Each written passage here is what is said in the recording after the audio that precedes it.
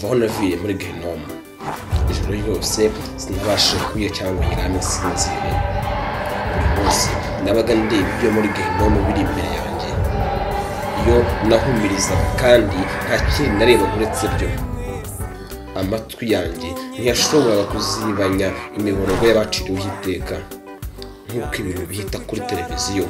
Byose ibyo mpamya kandi nabonye byakomeza kunca mu maso inshuro nyinshi. Buri joro nabaga ndi muri Gehinomu, kandi buri munsi nigerageza gushakisha nshyizeho umwete amagambo akwiriye nakoresha ngo ngeze ku isi ibi bintu biteye ubwoba. Uyu ni Madamu Maria Kathleen Baxter. Akomeje kutuganirira urugendo rwe rw'iminsi 40 ibyo yabonye muri Gehinomu. Ni mu gitabo cyitwa Ihishurirwa riva ku Mana ku bigendanye na Gehinomu. Ngo hayi ikaze mu gice cya 3 cyitwa Kuguru kw'ibiryo bwa Gehinomu.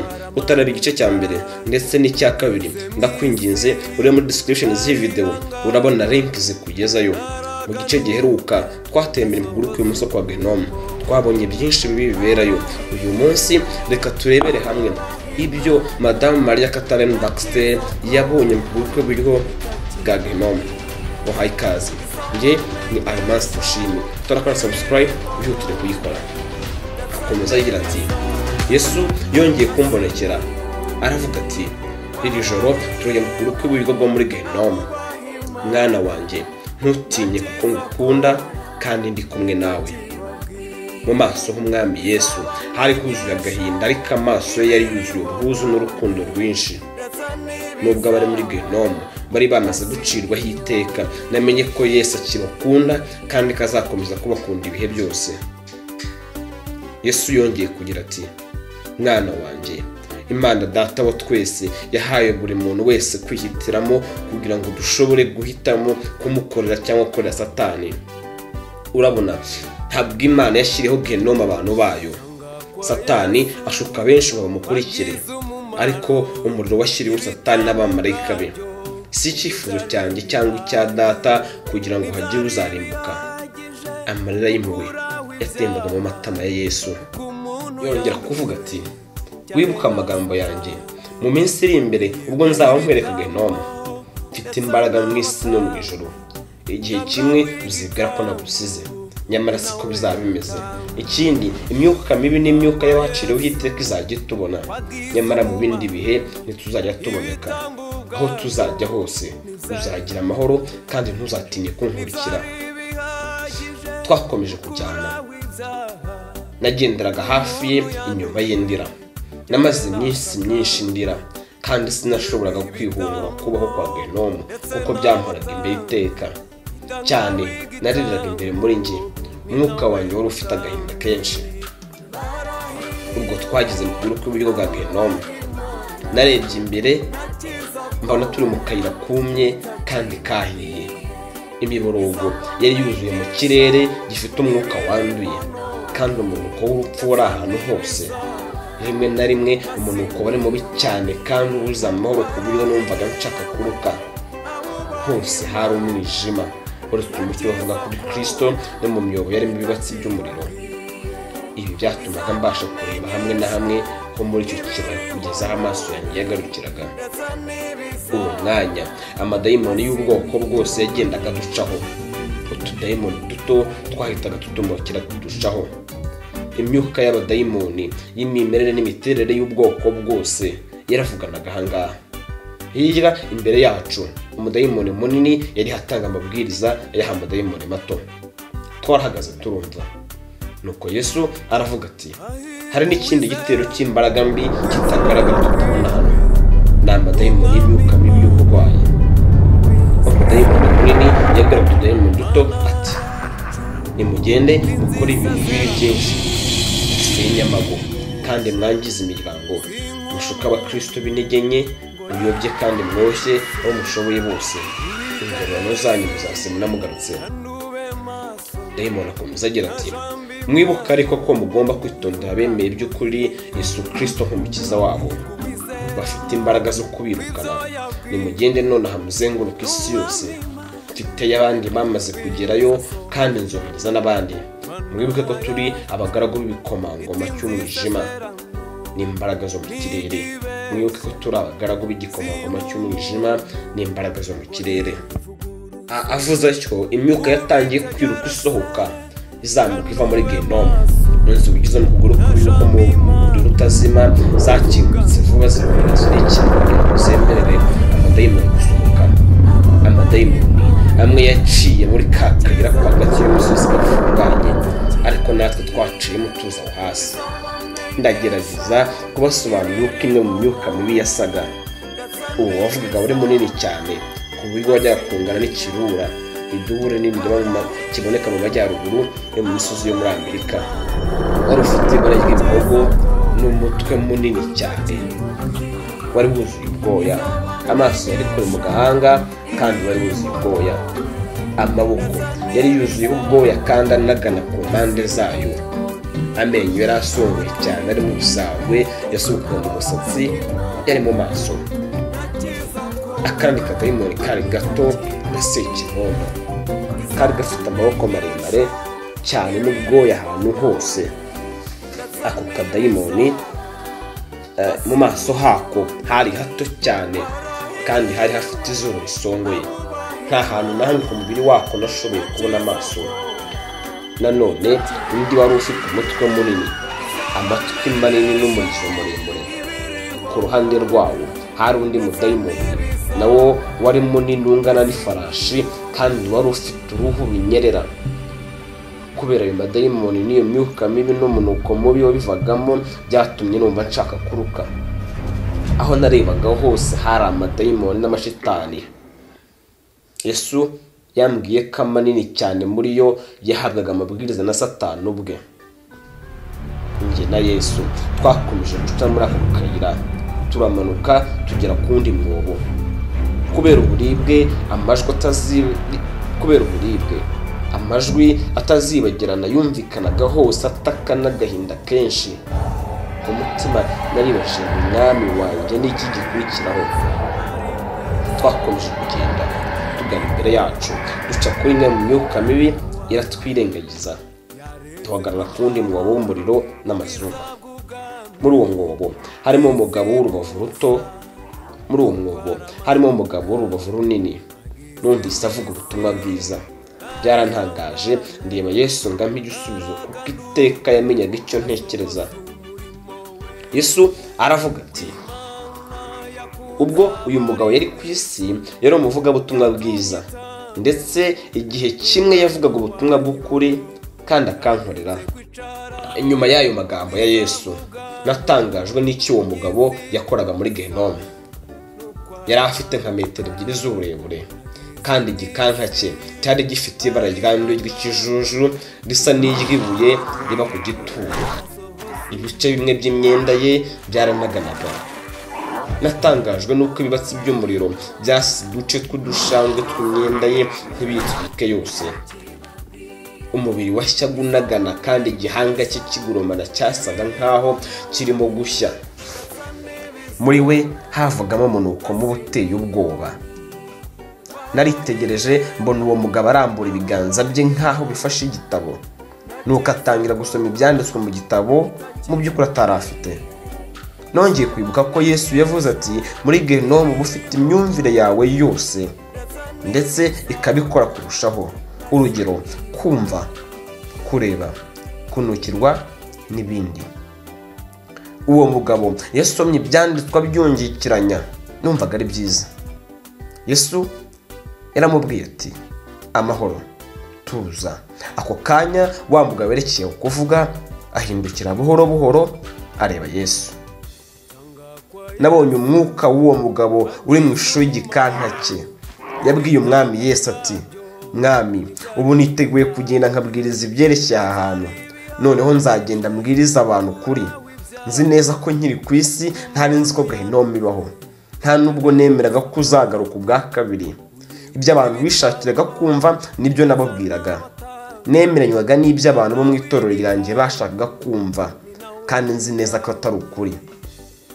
Nzi ko ntakundaga umuntu wese tutari duhuje ubwoko cyangwa ibara, kandi ko natumye benshi bagwa bakakuvaho. Mwami, nashyizeho ayanjye amategeko kubikwiriye ibidakwiriye nijoro. nzi ko nayobeje benshi kandi ko natumye abatari bake basitara kubera ko nagoretse ijambo ryawe ryera. Ikindi kandi natse abakene amafaranga, ariko mwami nkuramo, nzakora ibikwiriye, sinzongera gutwara amafaranga y'itorero. Namaze kwihana, nzakunda abantu b'ubwoko bwose niba ari ryo ryose. Yesu yaramushubije ati, si ukugoreka gusa ijambo ryera ry'Imana no kutitwara uko rivuga, ahubwo wanabeshye ko utari uzi ukuri. Ibinezeza by'ubuzima by'icyo gihe byari bigufitiye umumaro kuruta ukuri. Njyewe ubwanjye naragusuye ngerageza kuguhindurikiza, ariko ntiwashoboye kwihana cyangwa kungarukira no kunyumva. Wakomeje kwikorera ibyawe kuko wategekwaga n'ibibi. Wari uzi ukuri nyamara ntiwashoboye kwihana ngo ungarukire. Ibihe byose nabaga mpari ngutegereje, nashakaga ko wihana ariko ntiwabikoze. None ubu urubanza rwaraciwe. Mu maso ha Yesu hagaragazaga umubabaro. Ku mutima naravuze niyo uyu mugabo aza kumvira umuhamagaro w'umukiza ntaba ari hano ubu. Yemwe bantu mwe, ndabinginze nimwumve maze mwihane. Yesu yongeye kuvugana nawe amusubira nyuma ati, ubu uba waravuze ukuri kandi uba waranshishikarije benshi gukiranuka ukoresheje ijambo ry'Imana. Yesu yongeye kuvugana nawe amusubira nyuma ati, uba waravuze ukuri kandi uba warashishikarije benshi gukiranuka ukoresheje ijambo ry'Imana. Ijambo ry'Imana rivuga ko abatemera bose umwanya wabo uzaba mu nyanja yaka amazuku n'umuriro. Wari uzi inzira y'umusaraba, wari uzi kandi n'inzira yo gukiranuka. Wari uzi kuvuga ukuri, nyamara Satani yujuje umutima wawe ibinyoma, winjira mu byaha. Uba warihanye ubikuye ku mutima atari byo kwihana igice. Ijambo ryanjye ni iry'ukuri ntiribeshya. Ubu igihe cyararenze rero, warakerewe.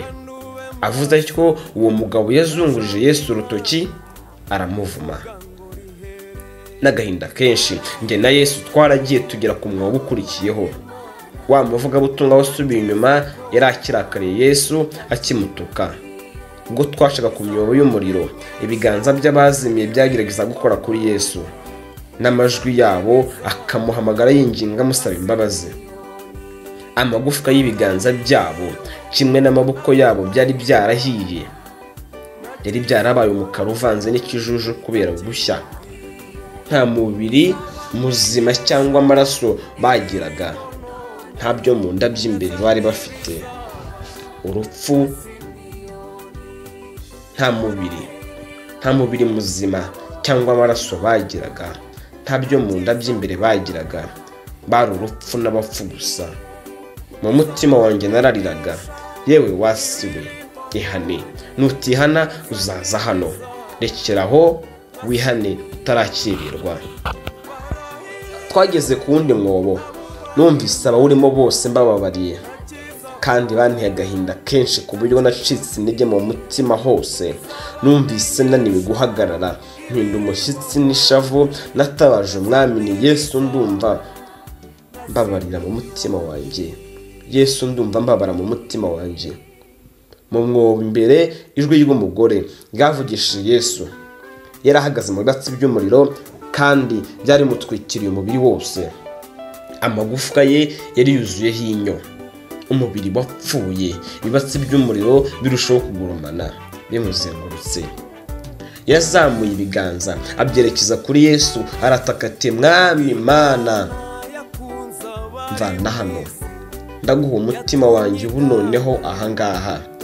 Yesu, nzabwira abantu ko bakwiriye kujya bababarirana kandi bakababarana. Yesu, nzabwira abantu ko bakwiriye kujya bababarirana kandi kubabarira kwawe nzaguhamiriza.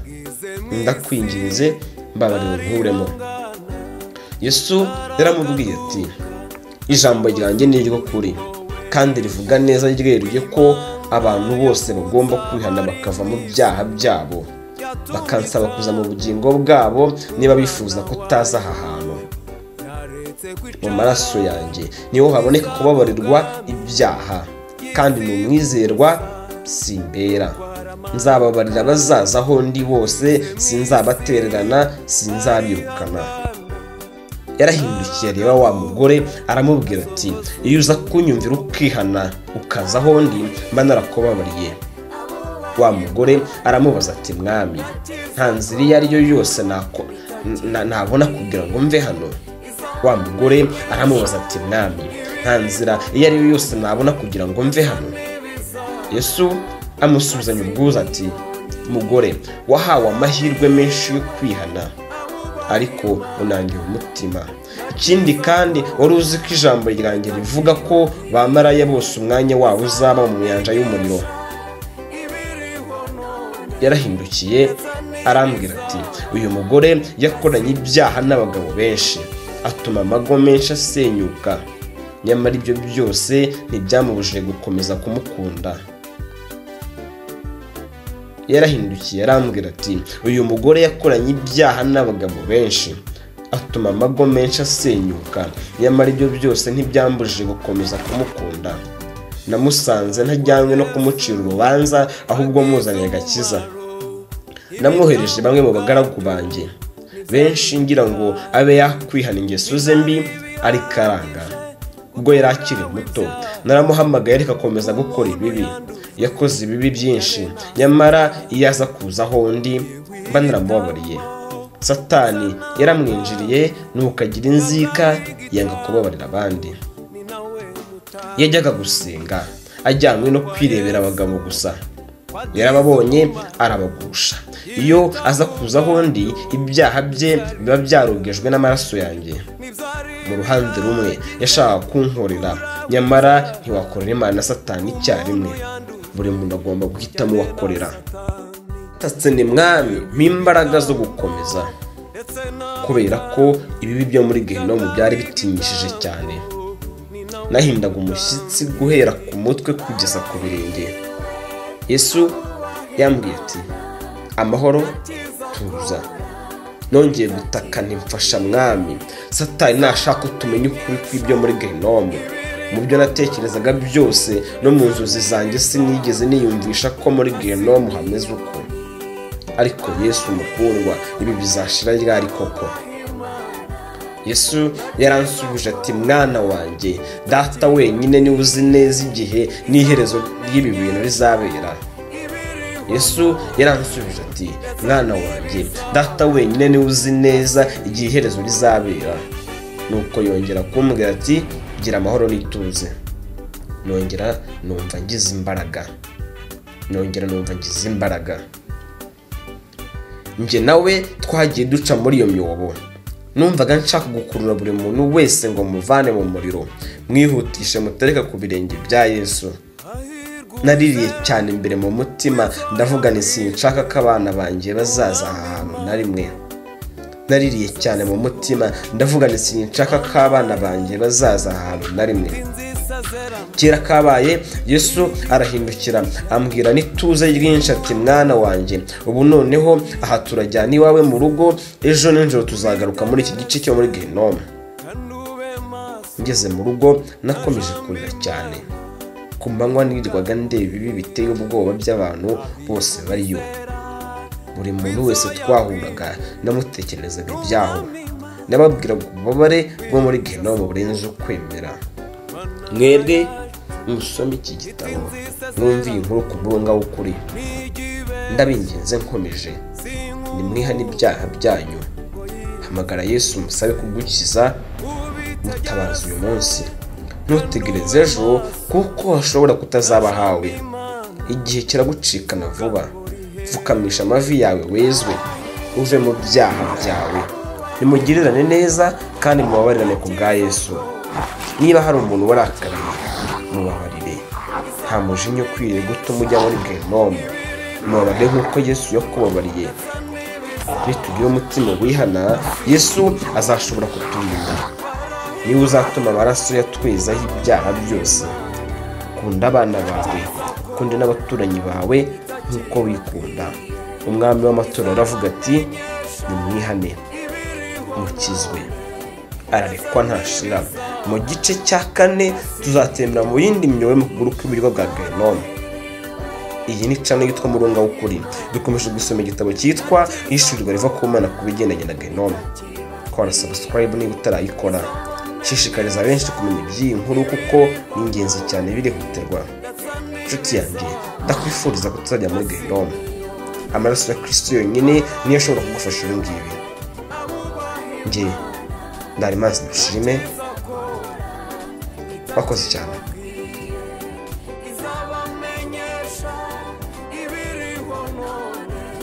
That's a nibisaba, that's in